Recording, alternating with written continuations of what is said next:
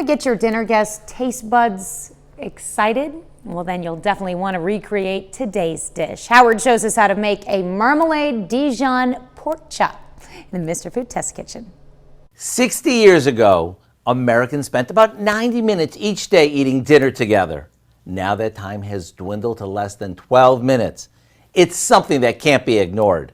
According to the National Center on Addiction and Substance Abuse, kids and teens who eat dinner 3 or more times per week with their families do better in school, are less likely to be overweight, are more likely to eat healthier, are less likely to get involved with drugs and alcohol, and have a better relationship with their parents.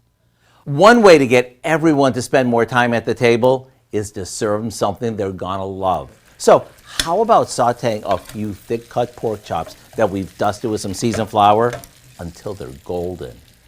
And to take them over the top, we simmer them in a sauce that we made by combining some orange marmalade, a splash of OJ, and a bit of Dijon mustard. Not only are these easy to make, but everyone at the table is gonna love them. And you know what that means.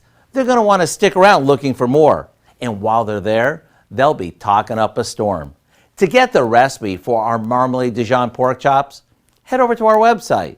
I'm Howard with Kelly in the Mr. Food Test Kitchen, where today we found the perfect gather around the table way for you to say, ooh, it's so good.